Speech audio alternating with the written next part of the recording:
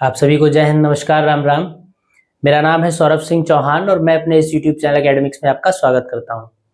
यहाँ पर हम कर रहे हैं प्रायिकता की पढ़ाई। प्रायिकता यानी प्रोबेबिलिटी जिसे आप इंग्लिश में कहते हैं। और प्रायिकता में काफ़ी सारे लेक्चर्स हम कर चुके हैं, काफ़ी सारी क्लासेस, और उन क्लासेस में बहुत सारे सवाल हम कर चुके हैं। तो आइए चलते हैं आज की क्लास में, बिना समय खराब किए हुए सीधे हम क्वेश्चंस पे चलते हैं और देखते हैं कि क्या क्या क्वेश्चंस हैं जो आज हमें इस क्लास में पूरे करने हैं। कुछ 2 या 3 क्लासेस मान लीजिए आपकी अभी और बची होंगी। 2-3 क्लासेस होने के बाद आपकी प्रोबेबिलिटी कंप्लीट हो जाएगी। फिर उसके बाद हम चलेंगे अपने अगले टॉपिक, अगले चैप्टर पे, जो भी आपका ऑर्डर में आ रहा होगा। लास्ट क्वेश्चन जो पिछली क्लास का था उसके आगे से ही हम कंटिन्यू करेंगे। ध्यान दीजिए, इस क्वेश्चन को पढ़ के हमने लास्ट क्लास जो है खत्म बंद की थी। इसी क्वेश्चन को पढ़ा गया था और उसके बाद कहा गया था कि इस क्वेश्चन के आगे के क्वेश्चन जो है, सवाल जो है वो हम अगली क्लास में लगाएंगे। तो क्या है सवाल, देखिए, पढ़िए, इसको समझिए और सॉल्व करने की कोशिश करेंगे। सवाल कह रहा है, एक घटना के प्रतिकूल संयोगानुपात 3:5 है, तो उसके घटने की प्रायिकता बताइए। The odds against an event are 3:5. Find the probability of it occurring. ठीक है, तो देखिए, जितनी चीजें आपने प्रायिकता में अभी तक पढ़ी हैं, प्रायिकता के सवालों को लगाने के लिए जितने नियम, जितने जो कॉन्सेप्ट्स आपने पढ़ी हैं अभी, उनसे बिल्कुल अलग चीज ये है, इस संयोगानुपात, ये जो वर्ड यूज किया गया है इसमें, ये जो वर्ड यूज किया गया है संयोगानुपात, इससे भी आपका परिचय, आपका इंट्रोडक्शन नहीं हुआ है। क्या है ये संयोगानुपात, आइए इस बात को आप समझ लीजिए। तो ये प्रतिकूल संयोगानुपात और अनुकूल संयोगानुपात पे जो क्वेश्चंस आएंगे वो बिल्कुल आसान हो जाएंगे। बहुत सबसे इजीएस्ट क्वेश्चन है ये। ठीक है, क्या होता है संयोगानुपात का मतलब समझ लीजिए। देखिए, संयोगानुपात जो दिया है शब्द, प्रायिकता की मैं सिर्फ बात करूंगा, मतलब जिस भी वर्ड का मीनिंग हम लोग समझने जा रहे हैं उसका रेफरेंस प्रोबेबिलिटी है। प्रोबेबिलिटी के कॉन्टेक्स्ट में हम समझेंगे कि प्रायिकता से संबंधित संयोगानुपात का मतलब क्या होगा, संयोगानुपात का अर्थ प्रायिकता में क्या होगा, प्रायिकता के सवालों में क्या होगा, उस बात पर हम चर्चा करेंगे। हिंदी के गुड़ अर्थों पे हम नहीं जा रहे हैं। ठीक है, संयोगानुपात का मतलब, जैसे मान लीजिए किसी घटना के लिए कोई संयोगानुपात A/B दे रखा है। ठीक है, किसी घटना के लिए कोई संयोगानुपात A/B दे रखा है, तो इस बात का मतलब ये है कि जो घटना होने जा रही है, जो काम होने जा रहा है, उस काम के ये A और B दो संख्याओं का जो अनुपात दे रखा है, इसमें एक संख्या जो है ये उस घटना के होने के चांसेस को रिप्रेजेंट करती है और दूसरी संख्या जो है वो उस घटना के ना होने के चांसेस को रिप्रेजेंट करती है। अच्छा, एक बात और क्लियर मैं बता दूं कि ये जरूरी नहीं है कि पहली संख्या ही घटना के होने के चांस को रिप्रेजेंट करेगी। पहली संख्या घटना के होने की बात को बता रही है और दूसरी संख्या घटना के ना होने की बात को बता रही है, ये जरूरी नहीं है। इन दोनों संख्याओं में से एक संख्या, कोई भी एक संख्या, वो डिपेंड करेगा कि संयोगानुपात कैसा आपको दे रखा है। संयोगानुपात अगर दे रखा है, रेशियो अगर आपको दे रखा है किसी भी इवेंट से रिलेटेड, तो रेशियो में जो 2 नंबर्स यूज किए गए हैं, उन 2 नंबर्स में से एक नंबर, कोई भी एक नंबर, पहला या दूसरा, कोई भी एक नंबर घटना के फेवर में पॉसिबिलिटीज को रिप्रेजेंट करेगा और दूसरा नंबर जो होगा वो घटना के, मतलब जो बचा हुआ नंबर होगा वो पहला या दूसरा नंबर जो होगा वो घटना के फेवर में ना होकर घटना के खिलाफ पॉसिबिलिटीज को रिप्रेजेंट करेगा। और दोनों नंबर्स का जो सम होगा, जो योग होगा, दोनों संख्याओं को अगर आप जोड़ दीजिए तो जो जोड़ होगा वो टोटल पॉसिबिलिटीज को रिप्रेजेंट करेगा। जो चीजें अभी तक आप प्रायिकता में पढ़ते चले आए हैं। जब भी आप किसी काम के होने या ना होने की प्रायिकता निकालते हैं तो उसमें क्या करते हैं, सबसे पहले आप क्या करते हैं कि जब आप उस काम को करने जाएंगे तो उस काम को करने जाने में क्या, करने जाने के, उस काम पर एफर्ट डालने के बाद, उस काम को करने के बाद क्या क्या टोटल पॉसिबिलिटीज है, क्या क्या संभावनाएं है, क्या क्या हो सकता है, वो सारी संभावनाएं आप एक जगह रखते हैं, उसको NS कहते हैं। और उन सारी संभावनाओं में से क्या क्या चीजें आपको चाहिए उनको आप NE कहते हैं। अगर घटना के होने की प्रायिकता आपको निकालनी है तो उन सारी संभावनाओं में से अपने पक्ष के परिणाम आप निकाल लेते हैं। अगर घटना के ना घटने की प्रायिकता आपको निकालनी है तो उन सारी संभावनाओं में से घटना के ना घटने के पक्ष के परिणाम सारे आप निकाल लेते हैं, उनको NE कह देते हैं। NE/NS आपकी प्रायिकता हो जाती है। उसी तरीके से अगर संयोगानुपात दे रखा हो तो संयोगानुपात दो तरीके का होता है, ध्यान दीजिएगा। संयोगानुपात कितने तरीके का होता है? संयोगानुपात जो होता है वो दो तरीके का होता है। एक होता है अनुकूल संयोगानुपात और दूसरा होगा प्रतिकूल संयोगानुपात। ठीक है। अगर अनुकूल संयोगानुपात दे दिया जाए, अगर कहा जाए किसी घटना के लिए अनुकूल संयोगानुपात A/B है, ध्यान से समझिएगा। अगर किसी घटना के लिए अनुकूल संयोगानुपात, केवल संयोगानुपात वर्ड शब्द क्वेश्चन में नहीं यूज किया जाएगा, संयोगानुपात अगर आएगा तो उसके साथ अनुकूल या प्रतिकूल लगा हुआ होगा। अगर किसी घटना के अनुकूल संयोगानुपात है, अनुकूल का मतलब फेवरेबल, अनुकूल का मतलब घटना के पक्ष में संयोगानुपात है। घटना के पक्ष में संयोगानुपात होने का मतलब घटना के घटने के लिए संयोगानुपात दे रखा है। अगर प्रतिकूल संयोगानुपात दे रखा है तो घटना के विपक्ष में संयोगानुपात दे रखा है। प्रतिकूल का मतलब अपोजिट। तो यानी प्रतिकूल संयोगानुपात का मतलब होगा घटना के ना घटने के लिए संयोगानुपात दे रखा है। ध्यान दीजिएगा, जिन दो संख्याओं का रेशियो दे रखा होगा उसमें से पहली वाली संख्या जो होगी वो हमेशा संयोगानुपात जिस प्रकार का होगा उसको रिप्रेजेंट करेगी वो संख्या। अगर अनुकूल संयोगानुपात है तो इसका मतलब घटना घट रही है। अगर घटना घटने के लिए संयोगानुपात दे रखा है तो ये जो A होगा ये क्या होगा? ये होगा पक्ष में।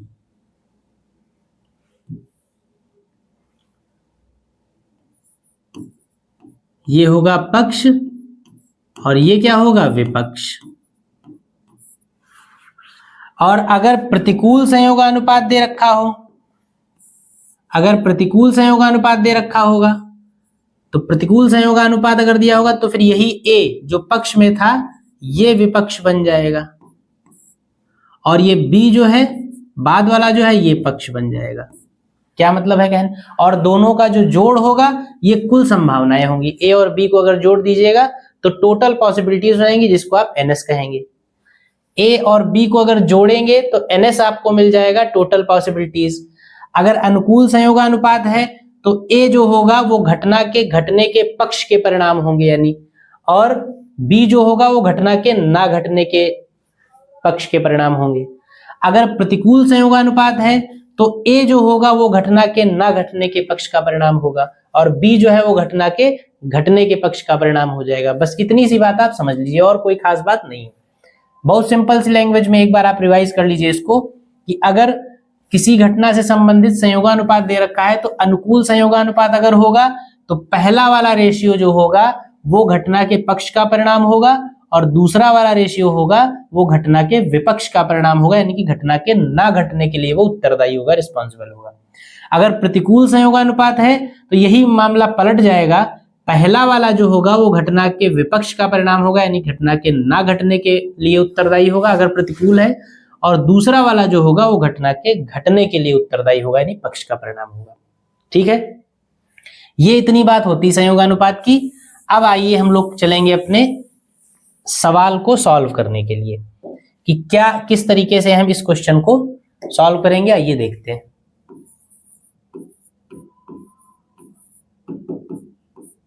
क्या दिया गया है? प्रतिकूल संयोगानुपात दिया गया है, तो जो दिया गया है उसको लिख लीजिए।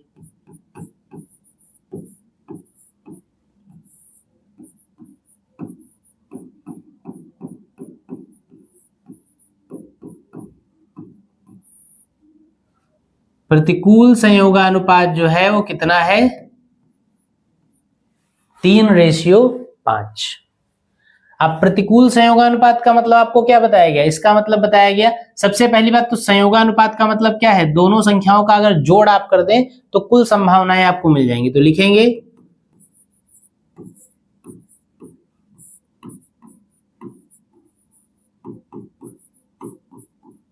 कुल संभावित परिणाम बराबर, कुल संभावित परिणाम का मतलब कितना हो जाएगा, 3 + 5 जो कि होगा 8। कुल संभावित परिणाम 8 हो जाएंगे और इसको आप क्या कहते हैं, NS। बहुत आसान क्वेश्चन होते हैं संयोगानुपात वाले, दोनों को आपने ऐड कर दिया, आपको NS मिल गया। उसके बाद क्या लिखेंगे,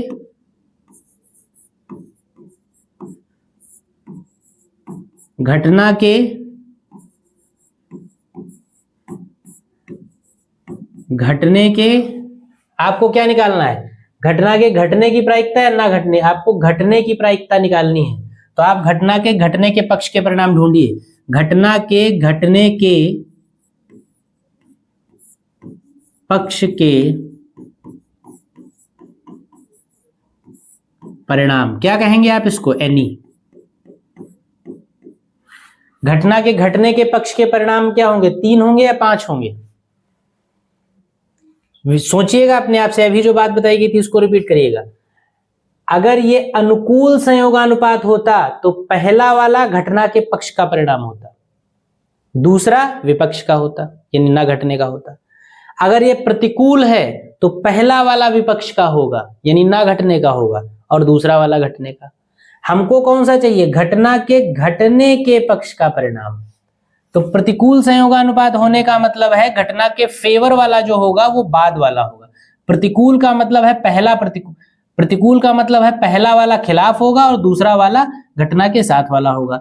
हमको घटना के घटने के पक्ष का परिणाम चाहिए, तो घटना के घटने के पक्ष का परिणाम कौन होगा, 5 होगा कि नहीं होगा, 5। अगर अनुकूल होता तो घटना के घटने का परिणाम पहला वाला हो जाता, क्योंकि प्रतिकूल है इसलिए घटना के घटने का के पक्ष का परिणाम 5 हो जाएगा। अगर यहां पर घटना के ना घटने की प्रायिकता पूछी जा रही होती तो ना घटने के लिए, क्योंकि प्रतिकूल संयोगानुपात है तो पहला वाला ना घटने वाला ही होगा, तो NE आपका 3 हो जाता। ठीक, क्लियर है। कोशिश मैं कर रहा हूं कि बिल्कुल कंफ्यूजन ना रहे, क्रिस्टल क्लियर आपको समझ में आए। ठीक है, अगर अनुकूल होता तो पहला नंबर घटना के पक्ष का परिणाम होता और दूसरा विपक्ष का परिणाम होता। अगर प्रतिकूल है तो पहला वाला विपक्ष का परिणाम है और दूसरा वाला पक्ष का परिणाम है। आपको चाहिए का ये आप देख लीजिए, यहां पर आप लिखना चाहे लिख भी लीजिए ऐसे रफली, ये विपक्ष का परिणाम है और ये कैसा है, पक्ष का परिणाम। हमको प्रतिकूल है तो ये विपक्ष, दूसरा पक्ष। हमको क्या चाहिए, घटना के घटने की प्रायिकता। घटना के घटने की प्रायिकता यानी हमको पक्ष चाहिए, और पक्ष क्या है इसमें, 5, तो इसलिए NE हमारा कितना हो गया, 5 हो गया। ठीक है, अब NE है NS है तो लिखेंगे इसलिए जो भी प्रायिकता आपको चाहिए थी वो प्रायिकता PE बराबर कितनी हो जाएगी, प्रायिकता आपको चाहिए थी घटना के घटने की प्रायिकता, PE कितनी हो जाएगी, NE/NS। NE 5 है और NS कितना है, 8। ये 5/8 आपका आंसर हो गया। ठीक है, इस तरीके से आप संयोगानुपात के क्वेश्चंस को लगाएंगे। ये प्रतिकूल संयोगानुपात पे था, एक अनुकूल संयोगानुपात पे है, उसको भी आप देख लीजिए। ये अगला अनुकूल संयोगानुपात का क्वेश्चन है।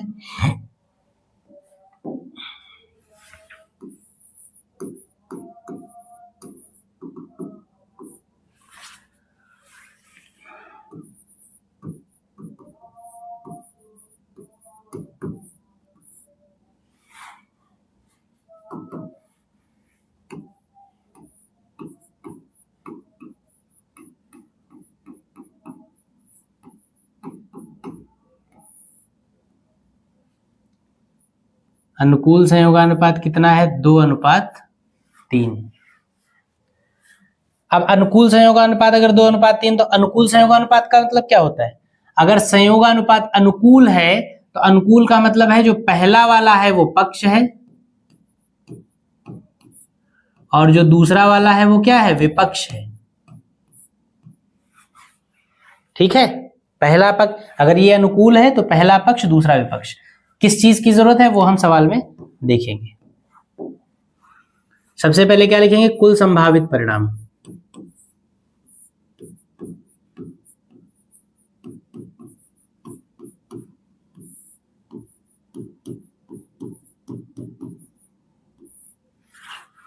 कुल संभावित परिणाम NS। संभावित परिणाम के लिए आप पक्ष और विपक्ष दोनों को जोड़ देते हैं, 3 2 + 3 = 5। घटना के क्या है, घटने की प्रायिकता निकालनी है, यानी कि पक्ष के परिणाम चाहिए आप।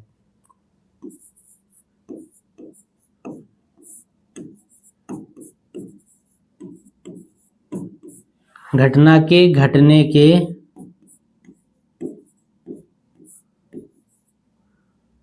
पक्ष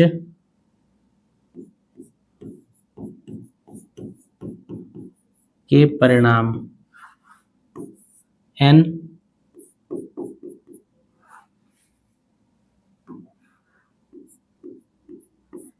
E। NE किसे कहेंगे, पक्ष के परिणाम क्या है, 2। तो लिखेंगे इसलिए घटने की प्रायिकता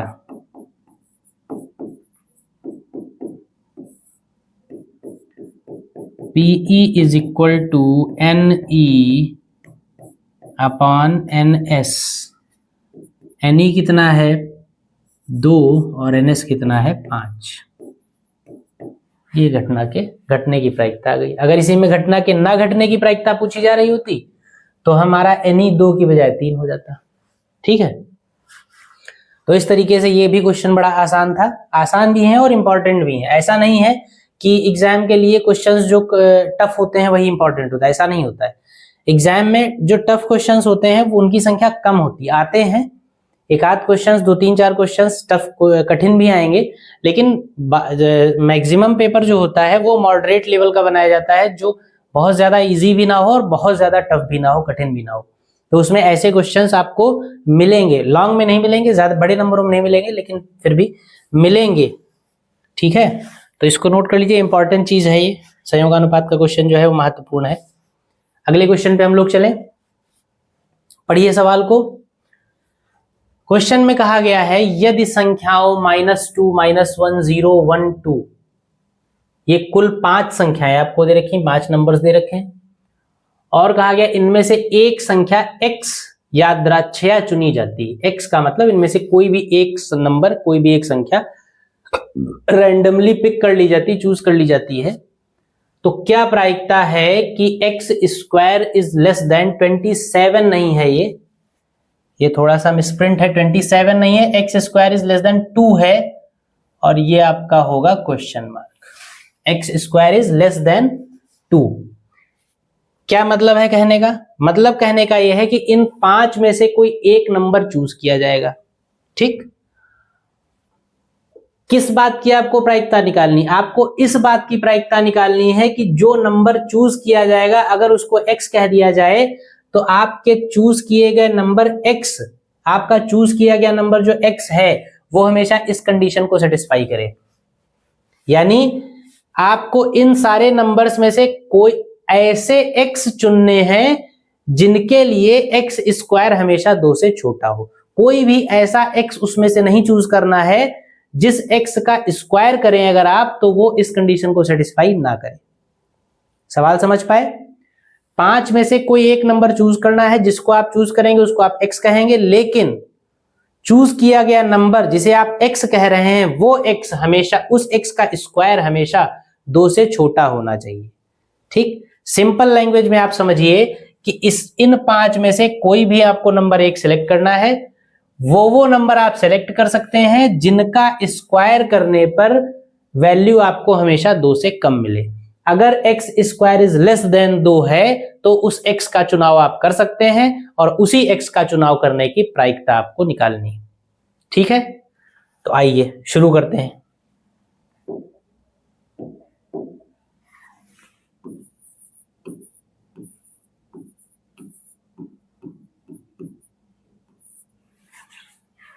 सबसे पहले कुल संख्याएं क्या हैं?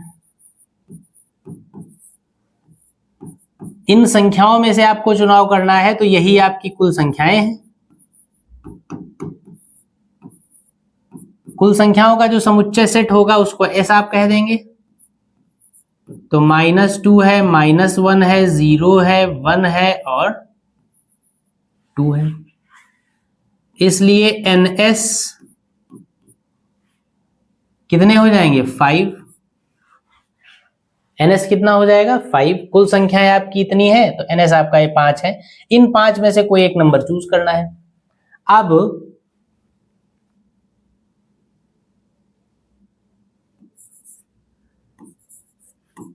S में से, यानी इनमें से ही संख्या चूज करनी, तो S में से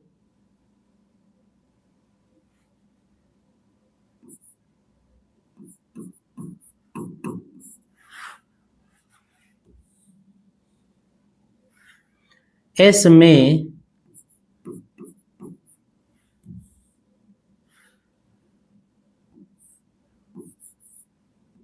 x square is less than 2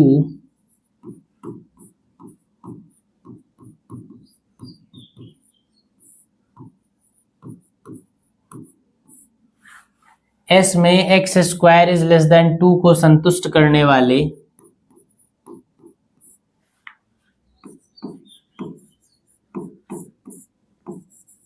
सभी x।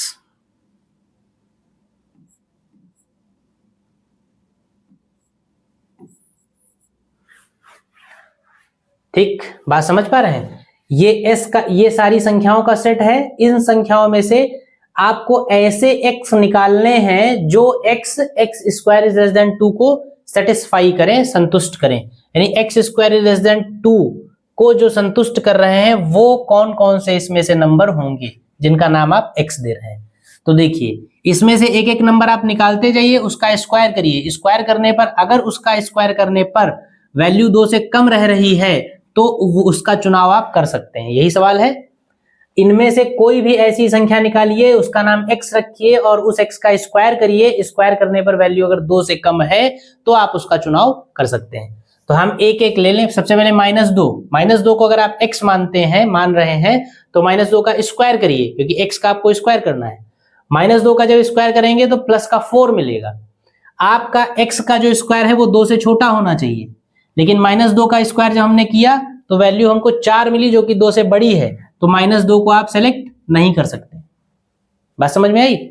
इसी तरीके से x की जगह x बराबर आप ले लीजिए -1 का स्क्वायर करेंगे तो +1 मिलेगा, और +1 जो है वो +2 से छोटा है।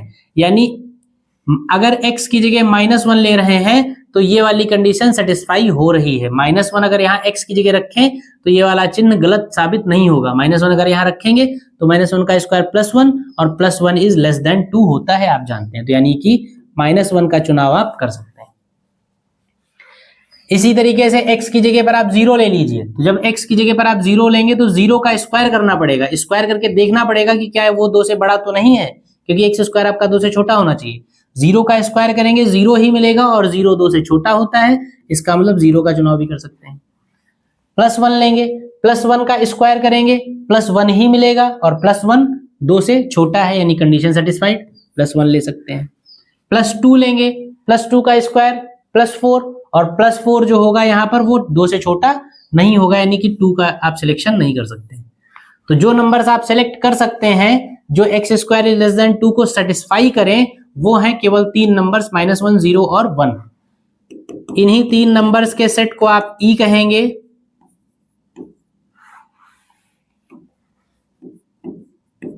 -1, 0 और 1, और इसी e से आपको ne मिलेगा।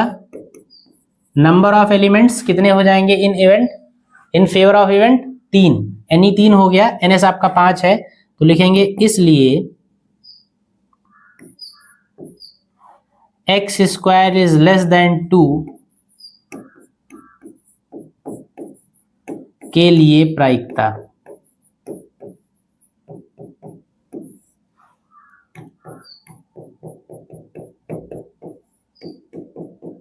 PE बराबर NE अपॉन NS।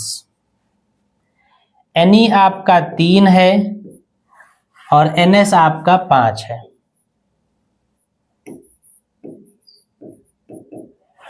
Ni 3 है और Ns 5 है, तो 3/5 आपकी प्रायिकता हो गई हर उस x के चुनाव के लिए जो x² <2 को सेटिस्फाई करता है। ठीक है, नोट करिए फटाफट से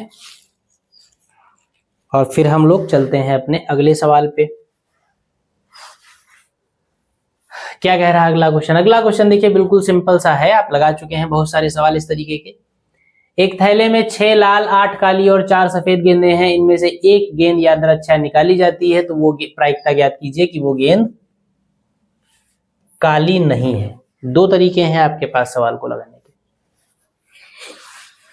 6 लाल बॉल हैं, 8 काली हैं, 4 सफेद हैं, गेंद आपको जो निकालनी है वो काली ना हो, इस बात की प्रायिकता निकालनी है।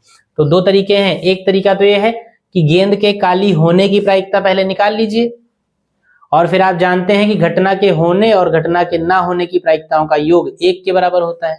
तो अगर काली होने की प्रायिकता आप निकाल लीजिए तो 1 में से उसको घटा दीजिएगा, काली ना होने की प्रायिकता आ जाएगी, क्योंकि आप जानते हैं घटना के होने और घटना के ना होने की प्रायिकताओं का योग 1 होता है।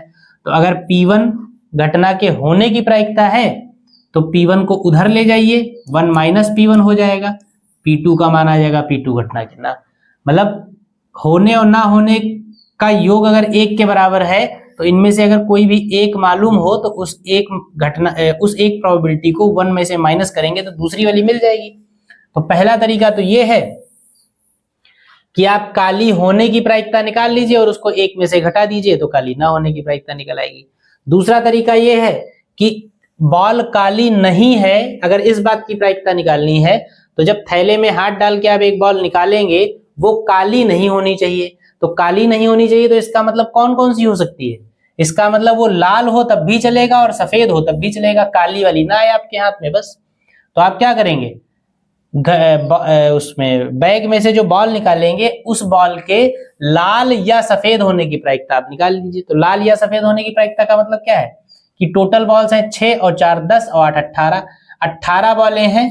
देखिए मैं ओरली बता रहा हूं आपको, इसको 18 बॉलें हैं, NS बराबर हो जाएगा भाई 18 अगर बॉल्स हैं टोटल, तो थैले में जब आप हाथ डालेंगे तो 18 में से कोई भी आपके हाथ में आ सकती है, और जब 18 बॉल में से कोई भी आपके हाथ में आ सकती है तो टोटल पॉसिबिलिटीज क्या है बॉल के आने की, कि उन 18 में से कोई भी बॉल आपके पास आ सकती है। तो टोटल पॉसिबिलिटीज वही कुल बॉलों की संख्या हो जाएगी 18।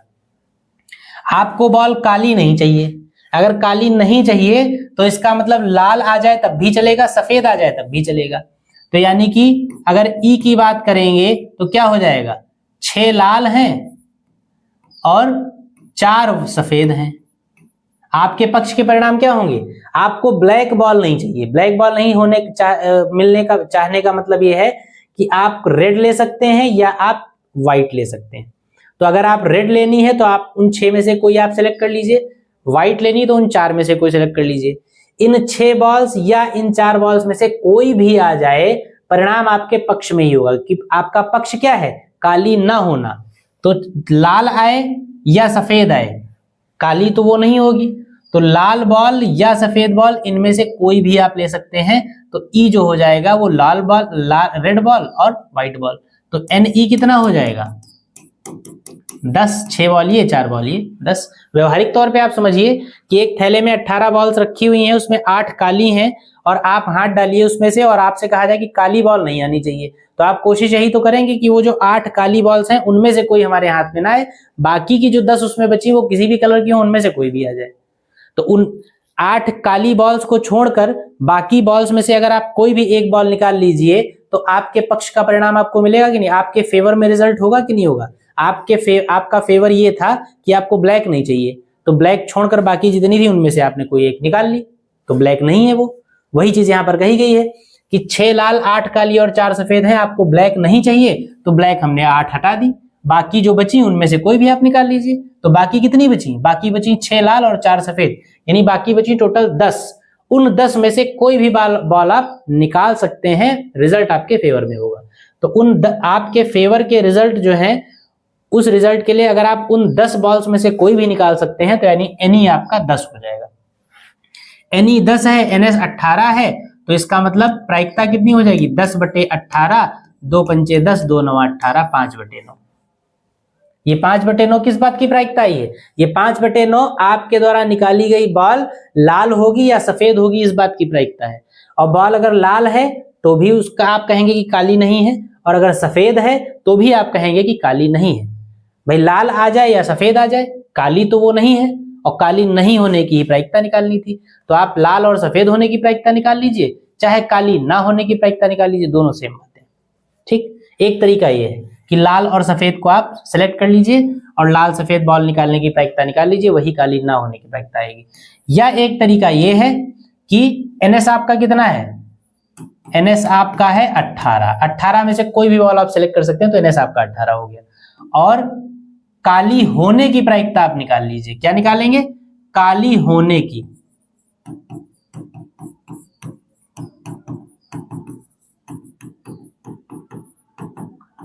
काली होने की प्रायिकता अगर आपको निकालनी हो तो Ne कितना हो जाएगा? काली होने के लिए जरूरी है कि जितनी भी बॉलें बैग में है, बॉल्स हैं बैग में, उन बॉल्स में से ब्लैक को ही आप केवल सेलेक्ट करिए।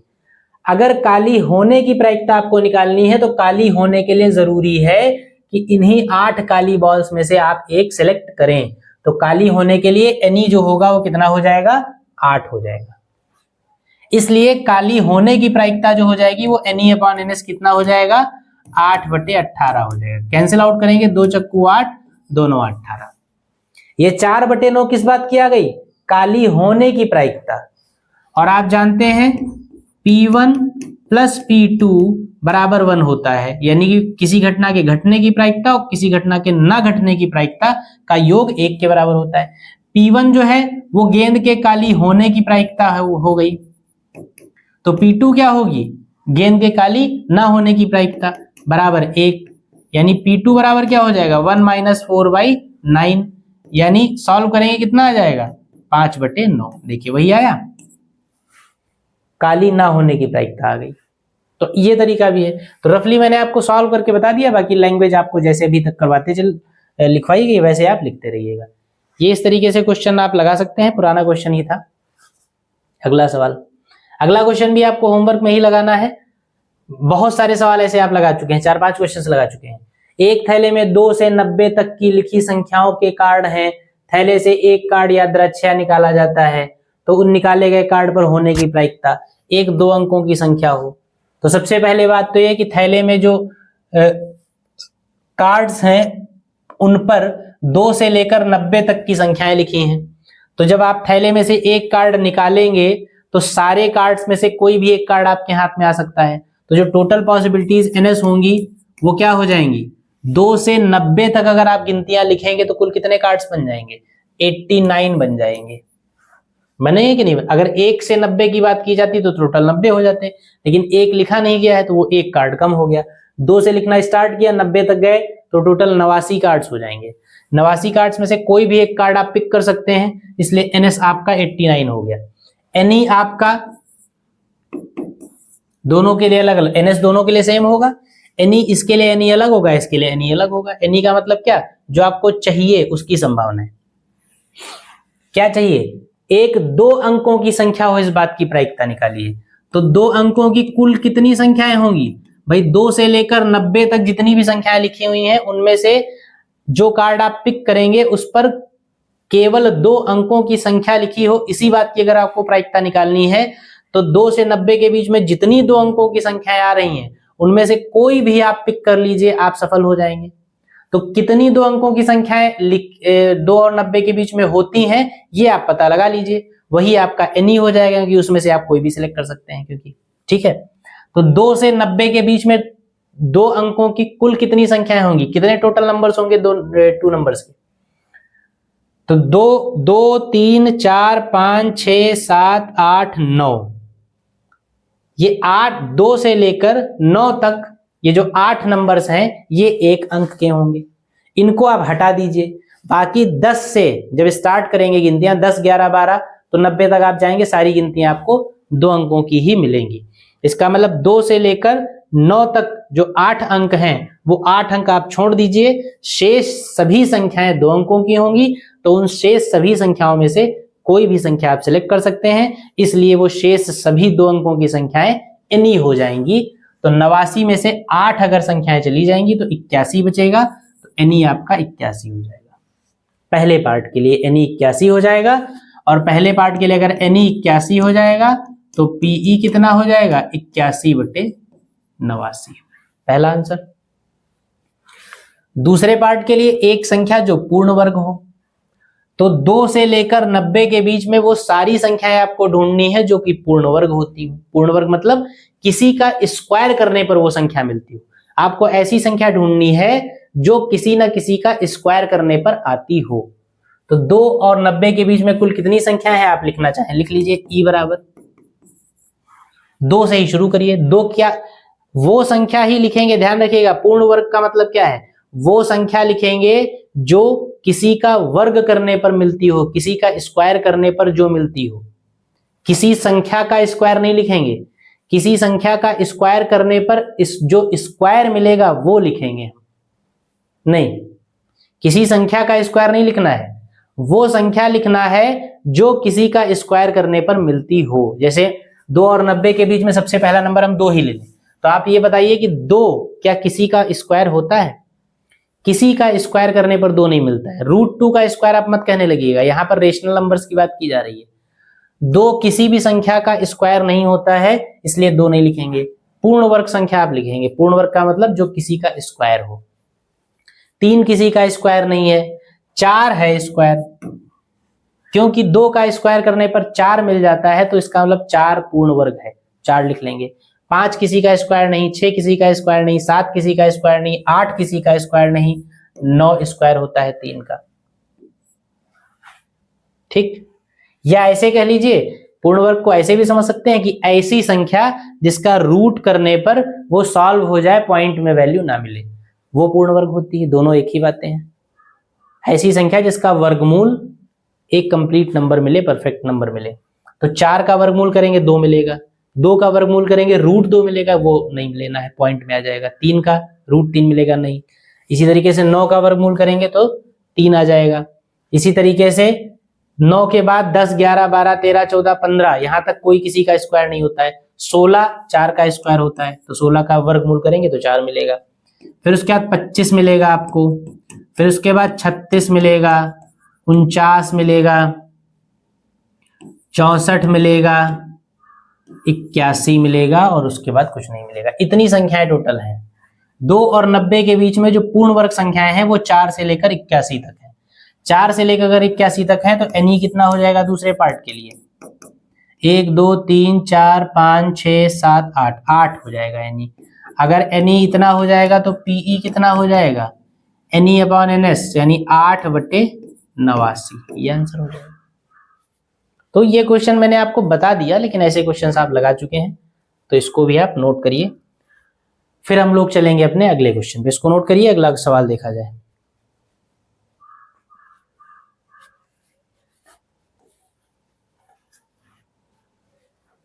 चलिए पढ़िए, सवाल को समझिए। ये आपकी रेंज का ही क्वेश्चन है, क्योंकि आपने ताश की गड्डी को भी ठीक से समझा है और ताश की गड्डी वाले सवाल भी आपने लगाए हैं काफी सारे। चलिए समझ पढ़िए। All the jacks, queens and kings are drawn from a deck of 52 cards. The remaining cards are shuffled thoroughly. Then one card is drawn at random. Then find the probability that the card drawn is a card with a black picture, a red card. 52 पत्तों की एक ताश की गड्डी है। क्या सवाल कह रहा है, उसकी लैंग्वेज को आप क्वेश्चन लैंग्वेज को समझ लीजिए, फिर सोचिए कि कैसे किया जाए इसको। 52 पत्तों की एक ताश की गड्डी, ताश की गड्डी में 52 पत्ते होते हैं, ऐसा आपको बताया गया, आप जानते हैं। किया क्या गया है इसमें, वैसे जनरली आपने सवाल जो लगाया उसमें क्या किया कि ताश की गड्डी जो है, जो डेक ऑफ कार्ड्स है, उसमें से आप एक कार्ड रैंडमली खींच लेते थे। यहां पर भी ऐसा किया गया है, लेकिन यहां पर उस कार्ड को पिक करने के पहले उस ताश की गड्डी में थोड़ी सी खुराफात कर दी गई, थोड़ा सा उसमें जो है ट्विस्ट ले आया गया। क्या लाया गया, क्या किया गया? ताश की गड्डी में जितने भी गुलाम हैं, जितनी भी बेगम हैं और जितने भी बादशाह हैं, गुलाम का मतलब जैक्स यानी जे सिंबल वाले कार्ड्स, बेगम का मतलब क्वीन यानी क्यू सिंबल वाले कार्ड्स, और बादशाह का मतलब किंग यानी कि के सिंबल वाले कार्ड्स। ये सारे के सारे कार्ड्स उस गड्डी में से निकाल दिए गए, बाहर कर दिए गए, अलग कर दिए गए। अब जो बचे कार्ड्स उनको शफल कर दिया गया, कायदे से फेंट दिया गया गड्डी को। ठीक है, शफल करने के बाद सारे कार्ड्स तितर बितर हो गए, मतलब ऊपर वो कोई एक फिक्स ऑर्डर नहीं है। अब उनमें से एक कार्ड निकाला गया। ध्यान रखिएगा, गड्डी में से सारे पिक्चर्स वाले, देखिए पिक्चर्स वाले कार्ड गड्डी में कौन कौन से होते हैं? जो कार्ड ताश की गड्डी होती है उसमें पिक्चर्स वाले कार्ड कौन कौन से होते हैं? तस्वीरें कौन कौन सी होती हैं? गुलाम की तस्वीर होती है, बेगम की तस्वीर होती है, और बादशाह की तस्वीर होती है। इसके अलावा नंबर्स वाले कार्ड होते हैं, तस्वीर वाले कार्ड नहीं होते। तस्वीरें, पिक्चर्स जो होती हैं वो 3 ही होती हैं, गुलाम, बेगम और बादशाह। लेकिन ये सारे कार्ड्स गड्डी में से निकाल दिए गए। इनको निकालने के बाद जो बचे उनमें से एक कार्ड खींचा गया। उनमें से एक कार्ड खींचने के बाद उनमें से जो एक कार्ड खींचा गया है वो एक कार्ड क्या क्या हो, इस बात की आपको प्रायिकता निकालनी है। खींचा गया कार्ड, जो पहली प्रायिकता आपको निकालनी है वो ये निकालनी कि खींचा गया कार्ड एक काली तस्वीर हो, खींचा गया कार्ड एक काली तस्वीर हो, काली तस्वीर वाला पत्ता हो, और या दूसरा जो पार्ट है उसमें कहा गया खींचा गया कार्ड एक लाल पत्ता हो। ठीक, ये आपको निकालना है। तो देखिए कैसे करेंगे।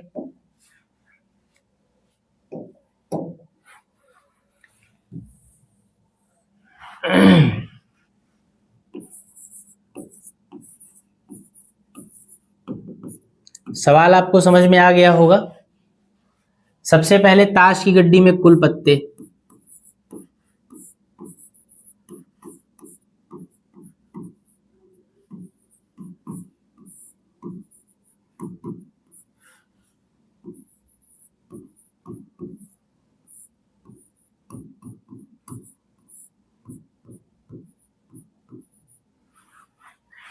ताश की गड्डी में कुल पत्ते कितने हैं? 52। और इस गड्डी में से कौन कौन से पत्ते निकाल दिए गए हैं? गुलाम, सारे, सारी बेगम और सारे बादशाह। एक गड्डी में कुल कितने गुलाम होते हैं? मैंने आपको बताया था कि ताश की गड्डी जो होती है उसमें 13 13 13 करके 4 प्रकार के पत्ते होते हैं। 13 पत्ते पान के, 13 फूल के, 13 ईंट के और 13 हुकुम के। हर सूट में यानी हर 13 पत्तों के ग्रुप में एक गुलाम, एक बेगम, एक बादशाह होता है। टोटल ऐसे 4 ग्रुप्स होते हैं, तो टोटल 4 गुलाम, 4 बेगम और 4 बादशाह हो जाएंगे। हो जाएंगे कि नहीं हो जाएंगे? और सारे गुलाम, सारी बेगम, सारे बादशाह निकाल दिए गए हैं। तो कुल कितने पत्ते निकाल दिए गए?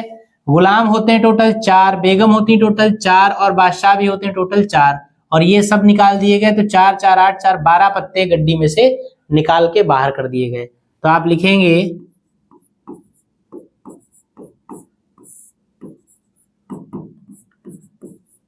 गड्डी में से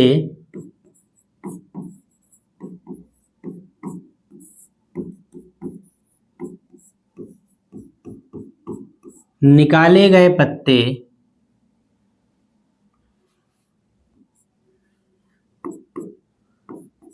क्या हैं? 4 गुलाम प्लस 4 बेगम प्लस 4 बादशाह, यानी टोटल कितने निकाले गए? 12। तो लिखेंगे इसलिए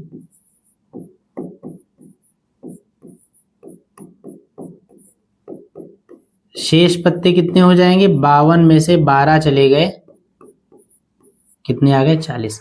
शेष पत्ते 40 बचे। 12 तो निकाल के बाहर ही कर दिए गए, 40 पत्ते बचे। अब जो एक कार्ड आप पिक करेंगे, उस गड्डी में से खींचेंगे, तो वो इन 40 में से ही तो एक कार्ड आएगा। 12 तो हो गए बाहर, ठीक है। ये 12 निकाल के तो अलग कर दिए गए। अब बचे 40 कार्ड्स। 40 कार्ड्स की डेक जो है, जो गड्डी है, उसको ठीक से शफल कर दिया गया, फेंट दिया गया। अब उस गड्डी में से एक कार्ड निकालना है। तो जो एक कार्ड आपको निकालना है वो एक कार्ड इन 40 कार्ड्स में से ही तो आप निकालेंगे। तो उस एक कार्ड को निकालने की टोटल पॉसिबिलिटीज कितनी हो जाएंगी? 40।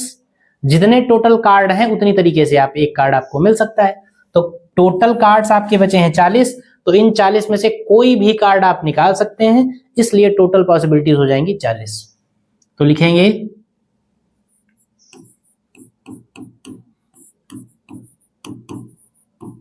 एक पत्ता खींचने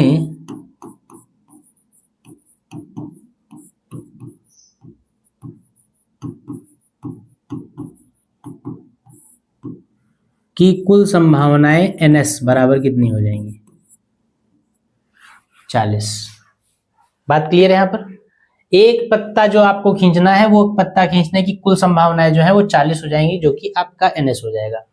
अब आप पहले पार्ट पे आ जाइए, किस बात की आपको प्रायिकता निकालनी है। पहला पार्ट है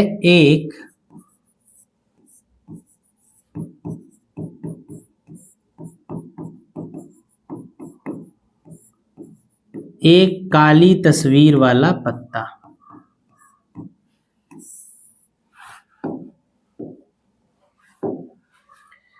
इनमें से जो एक पत्ता आप निकालेंगे वो ब्लैक पिक्चर वाला कार्ड होना चाहिए, ये आपसे कहा गया है।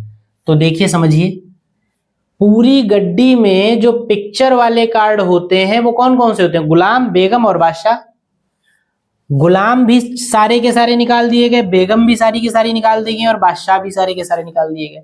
तो पिक्चर वाले कार्ड्स टोटल 12 होते हैं। अब वो 12 के 12 कार्ड गड्डी से पहले ही निकाले जा चुके हैं। तो जो 40 कार्ड बचे हैं आपके पास, क्या इन 40 कार्ड्स में से कोई भी पिक्चर वाला कार्ड है? ब्लैक और रेड तो बाद की बात है, पिक्चर वाला कार्ड कोई बचा ही नहीं। ना तो ब्लैक पिक्चर वाला कार्ड बचा और ना ही रेड पिक्चर वाला कार्ड बचा, क्योंकि पिक्चर वाले कार्ड जो भी होते हैं वो सारे के सारे कार्ड्स निकाले जा चुके हैं। यानी ये जो 40 शेष कार्ड हैं जिनमें से एक कार्ड आपको खींचना है, उन 40 में से एक भी कार्ड पिक्चर वाला नहीं है। तो इसका मतलब अगर आपको ब्लैक पिक्चर वाला कार्ड चाहिए तो ब्लैक पिक्चर वाला कार्ड इसमें है ही नहीं, तो आपको मिलेगा कहां से? एक कार्ड, पिक्चर वाले कार्ड सारे निकाले जा चुके हैं। तो जो आपको चाहिए वो अगर है ही नहीं, तो इसका मतलब आपके पक्ष में परिणाम कितने होंगे? 0। बात समझ रहे हैं? लिखेंगे क्योंकि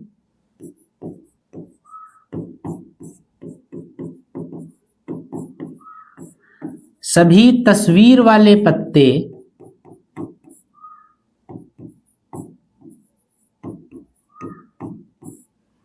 निकाले जा चुके हैं,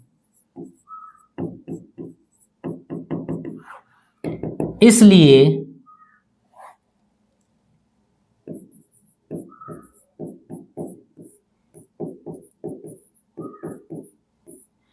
काली तस्वीर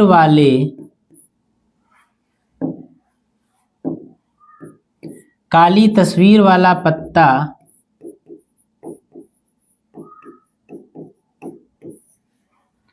निकालने के पक्ष के परिणाम एनी बराबर, जो आपको निकालना है उसके पक्ष का जो परिणाम होगा उसी को आप एनी कहेंगे।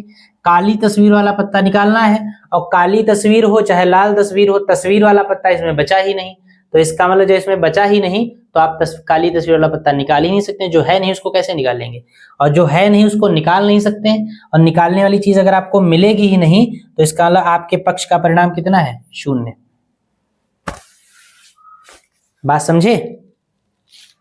समझ में आ गई होगी बात?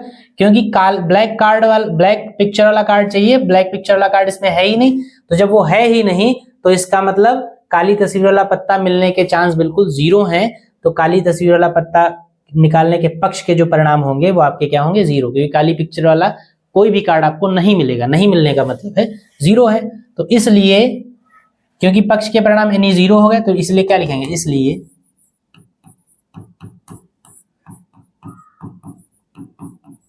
काली तस्वीर वाला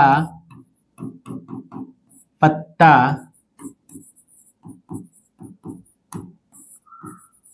निकालने की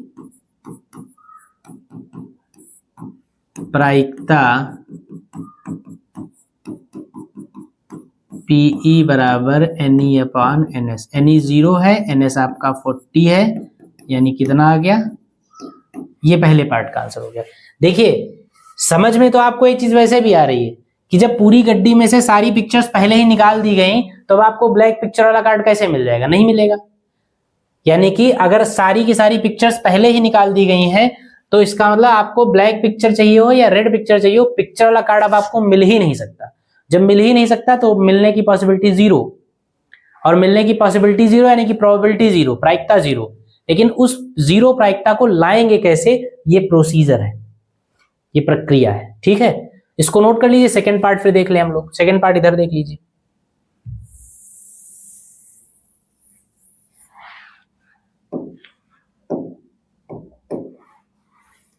सेकेंड पार्ट चलिए लिखा ही है, एक लिख लेते हैं यहां पर।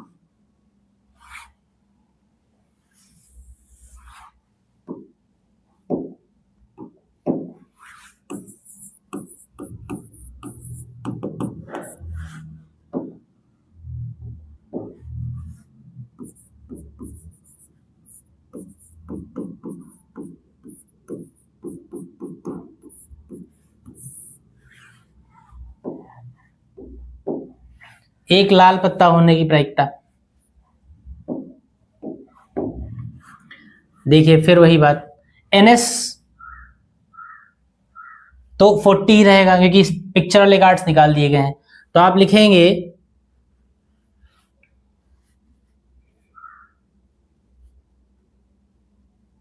देखिए लाल पत्ता आपको निकालना है, तो लाल पत्ता निकालने का मतलब ये है कि जो 40 कार्ड्स बचे हैं उन 40 कार्ड्स में से कितने लाल होंगे और कितने काले होंगे, सबसे पहली बात तो आपको ये बतानी है।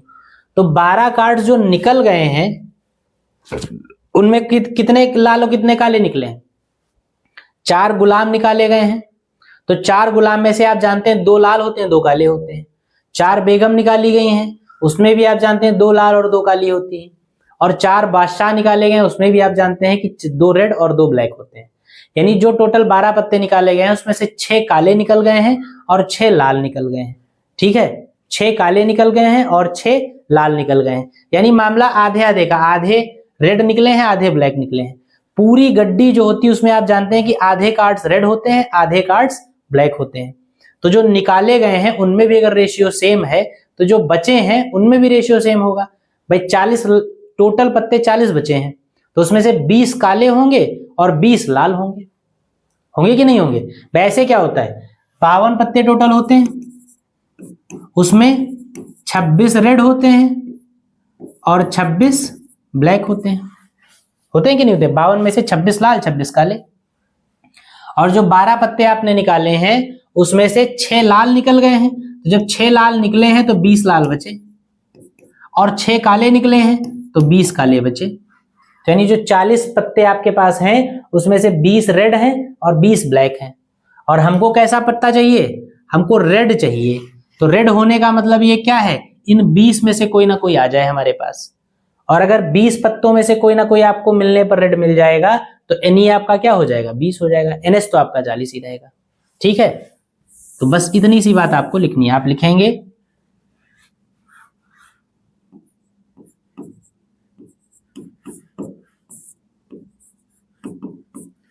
गड्डी में शेष बचे 40 पत्तों में से 20 लाल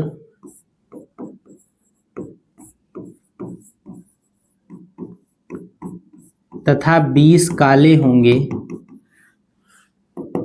इसलिए लाल पत्ता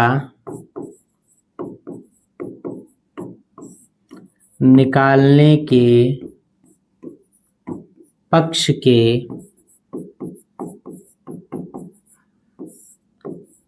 परिणाम NE जो होगा वो कितना हो जाएगा, 20 हो जाएगा।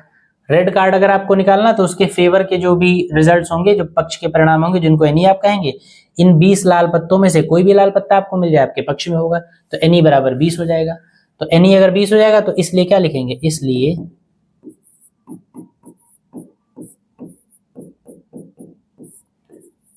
लाल पत्ता होने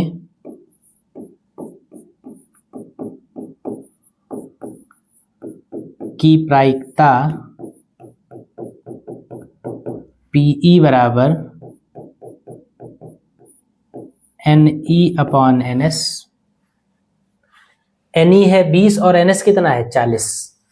इसको बिगाड़ दीजिए, NS तो दोनों के लिए सेम ही रहेगा, तो NS कितना हो जाएगा, इंप्लाइज दैट NE 20 और NS 40, यानी ये हो जाएगा 1/2।